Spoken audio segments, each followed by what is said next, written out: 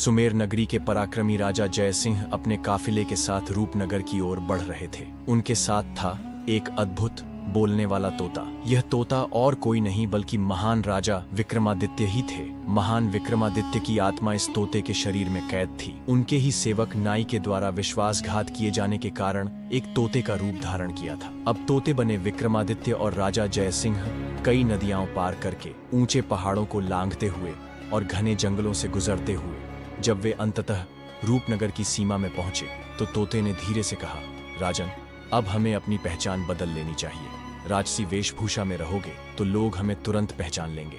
हमें आम नागरिकों के रूप में यहाँ रहना होगा। राजा जयसिंह सहमत हुए। उन्होंने अपने राजसी वस्त्र उतारकर साधारण वस्त्र धारण किए और अपने सैनिकों को भी आदेश दिया कि वे आम यात्रियों की तरह दिखाई दें। पूरा दिन उन्होंने रूपनगर की गलियों, मंदिरों और बाजारों का भ्रमण किया। नगर सचमुच स्वर्ग सा प्रतीत हो रहा था। चौड़ी सड़कों पर दीपों की पंक्तियां, हवेलियों से आती गंधर्व नृत्य की धुनें और लोगों के चेहरों पर किसी अनकहे रहस्य की छाया। संध्या होते ही वे चोरी चुपके शाही बाग में जा पहुंचे। वहीं पर पहली बार राजा जयसिंह की दृष्टि पड़ी रूपनगर की राजकुमारी पर। वह ऐसी रूपवती थी मानो आकाश से कोई अप्सरा उतरी हो। चांद सा मुखमंडल, कमल जैसी आंखें और चाल में ऐसी गरिमा कि देखकर जयसिंह का हृदय घायल हो गया। उनकी आंखें मानो उसी क्षण राजकुमारी के सौंदर्य में कैद हो गईं। वे तोते के चरणों में गिर पड़े और बोले, मित्र, तुमने मुझे रूपनगर का मार्ग दिखाया, यहाँ की राजकुमारी के विषय में बताया। अब मैं तुमसे विनती करता हूँ, मेरी सहायता करो। मैं उससे विवाह करना चाहता हूँ। तोते ने सब समझ लिया।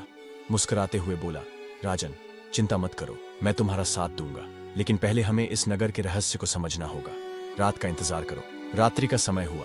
नगर के एक विशाल भवन में दीपमालाएं जल रही थीं। संगीत और नगाड़ों की ध्वनि गूंज रही थी। राजा जयसिंह और उनका काफिला तोते के साथ चुपचाप वहां पहुंचे। उन्हें लगा मानो किसी का विवाह हो रहा है, परंतु जैसे ही उन्होंने ध्यान से देखा, उनकी आंखें स्तब्ध रह गईं। तो एक सुंदर कन्या को दुल्हन की तरह सजाया गया था, किंतु वह प्रसन्न नहीं थी। उसके चेहरे पर भय की छाया थी।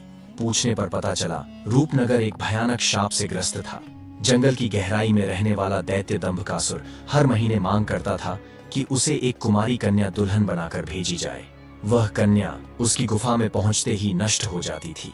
यह नगर के लोगों के लिए असहनीय पीड़ा थी, लेकिन वे विवश थे क्योंकि दंभकासुर अपार शक्तियों वाला था। राजा जयसिंह और तोता यह सुनकर स्तब्ध रह गए। तोते ने धीरे से कहा, राजन, यही अवसर है। यदि तुम इस दैत्य का अंत कर सको तो रूपनगर की जनता तुम्हें अपना उद्धारकर्ता मानेगी और राजकुमारी का हृदय भी तुम्हारे प्रति झुकेगा। जयसिंह के मन में भय था, लेकिन तोते के साहसिक शब्दों ने उन्हें दृढ़ बना दिया। आधी रात को जब उस कन्या की डोली जंगल की ओर ले जाई जा रही थी, राजा जयसिंह और उनका काफिला गुपचुप पीछे हो लिए। कई कोस चलने के बाद वे एक भयानक गुफा के सामने पहुंचे। गुफा के द्वार पर सिंह का मुख बना था। भीतर से रक्त और मांस की दुर्गंध आ रही थी। चारों ओर हड्डियां बिखरी पड़ी थीं। ज्यों ही एक विशाल शंखनाद गूंजा, भीतर से दैत्य प्रकट हुआ। दंभकासुर, विकराल शरीर, रक्त जैसी लाल आंखें, घुंघराले बाल, बड़े बड़े दांत और माथे पर विशाल सींग। उसकी गर्जना से धरती कांप उठी। दैत्य कन्या को पकड़ने ही वाला था कि अचानक राजा जयसिंह ने ललकारा, दंभकासुर, सावधान, आज तेरे अंत का समय आ पहुंचा है। दैत्य ठहाका मारकर हंसा, मूर्ख मानव, क्या तुझे पता नहीं? मुझे कोई मार नहीं सकता। मेरी नाभि में अमृत कुंड है। जब तक वह सुरक्षित है, मैं अमर हूं। तोता तुरंत राजा जयसिंह के कान में फुसफुसाया, राजन, यही इसका रहस्य है। इसकी नाभि में प्रहार करो। युद्ध आरंभ हुआ। धरती थरथरा उठी, आकाश गूंज उठा। दंभकासुर के प्रत्येक प्रहार से वृक्ष टूटकर गिरने लगे। जयसिंह वीरता से लड़े, परंतु धीरे धीरे वे कमजोर पड़ने लगे। उसी क्षण तोते ने अपने पंख फड़फड़ाए और बिजली सी गति से दैत्य की नाभि पर अपनी चोंच मारी। एक जोरदार विस्फोट हुआ। अमृत कुंड फूट पड़ा। अमृत बह निकला और दंभकासुर की शक्ति क्षीण हो गई। जयसिंह ने उसी क्षण अपने तलवार से उस दैत्य का अंत कर दिया। दैत्य धराशायी हो गया। उसकी गर्जना चुप हो गई। उस कन्या को सुरक्षित राजमहल वापस पहुंचाया गया। रूपनगर में हर्ष और उल्लास की लहर दौड़ गई। लोग ढोल नगाड़े बजाने लगे। दीपों से पूरा नगर जगमगा उठा। राजकुमारी की आंखों में आंसू थे। उसने भावुक स्वर में कहा, राजन, आप कौन हैं? आपने हमारे नगर को इस शाप से मुक्त किया। मैं आपके आरण से कभी मुक्त नहीं हो सकती। राजा जयसिंह ने उत्तर दिया, मैं सुमेर नगरी का राजा जयसिंह हूं। और मैं तुमसे विवाह करना चाहता हूं। राजकुमारी का हृदय पिघल गया। उसने मुस्कुराते हुए कहा, इतने बलशाली और वीर पुरुष से कौन विवाह नहीं करना चाहेगा। मैं आपका प्रस्ताव स्वीकार करती हूं। पूरा नगर उत्सव में डूब गया। ढोल, नगाड़े, शहनाइयों के बीच राजकुमारी और राजा जय सिंह का विवाह संपन्न हुआ।